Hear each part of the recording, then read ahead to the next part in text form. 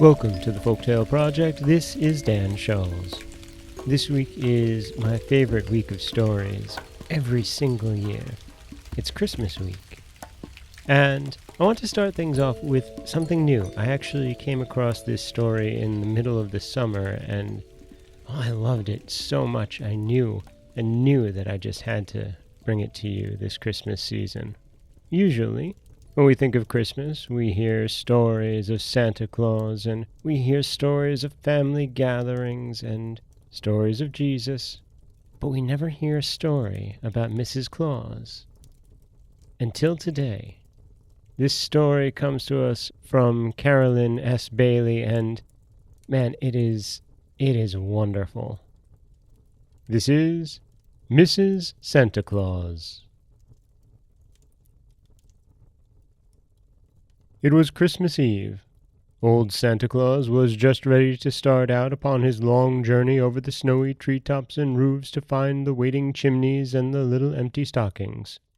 Such a busy day as it had been, with the brownies finishing the packing and Mrs. Santa Claus sewing buttons on the last doll's dress, and tying the last hair ribbon and smoothing the last curl.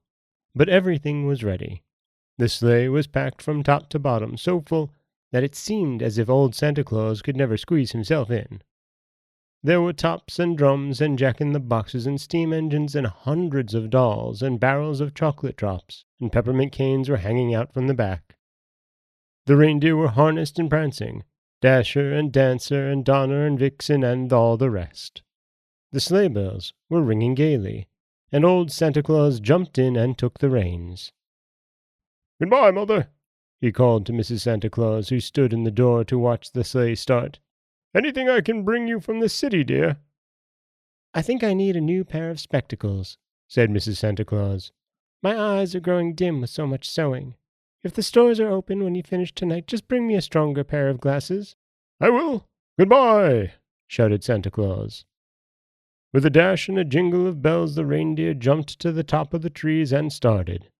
And Mrs. Santa Claus went in to sit in her rocking chair by the fire and doze. The workshop was very still.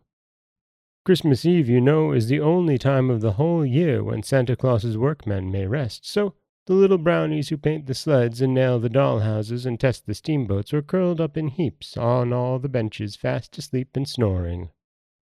The candy kettles were polished and hung in a row upon the kitchen wall.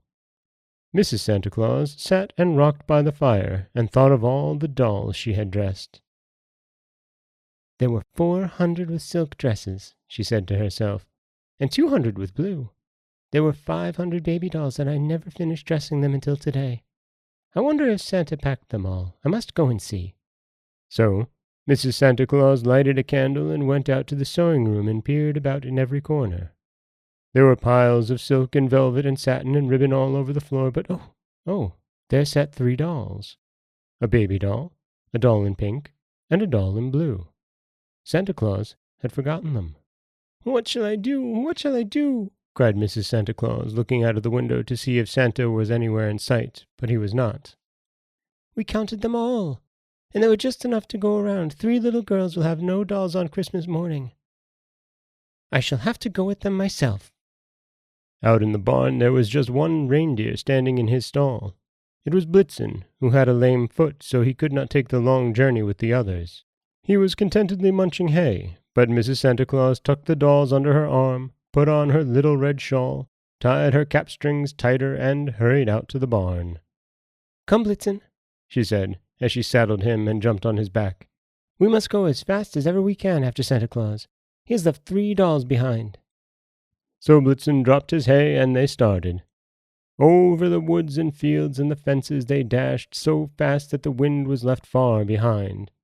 They looked very funny indeed, for Mrs. Santa Claus had forgotten to take off her apron, and her cap was all awry, but on they hurried. And when they came to the towns, Blitzen stopped at every roof, that Mrs. Santa Claus might look down the chimney. But Santa Claus had always been there first, and the stockings were filled and the dolls were waiting. "We counted them all," Mrs. Santa Claus kept saying to herself. "Someone will need a doll." And sure enough, She came to a very wee chimney of a very wee house, and there was a stocking hung, but there was only an apple in it, nothing else. So Mrs. Santa Claus dropped the beautiful doll that was dressed in pink silk into the stocking and started on once more. Presently, they came to another house, and when Mrs. Santa Claus looked down the chimney, she saw no stocking at all hanging by the fireplace, and there was no fire even. There was nothing in the room but a table, and a broken chair, and a bed, where a little girl so thin and pale lay sleeping. And Mrs. Santa Claus dropped the doll in the blue silk dress right down into the little girl's arms and hurried on again. When they had come to the very end of the town, Mrs. Santa Claus saw a little girl standing out in the street. She had a bundle of papers to sell, and no one had seen her because she was so small, and she was waiting out in the cold and the snow. Mrs. Santa Claus dropped the baby doll down into the little girl's lap, and then she turned Blitzen toward home again. It was almost Christmas morning when they reached the barn, and oh, were they very tired.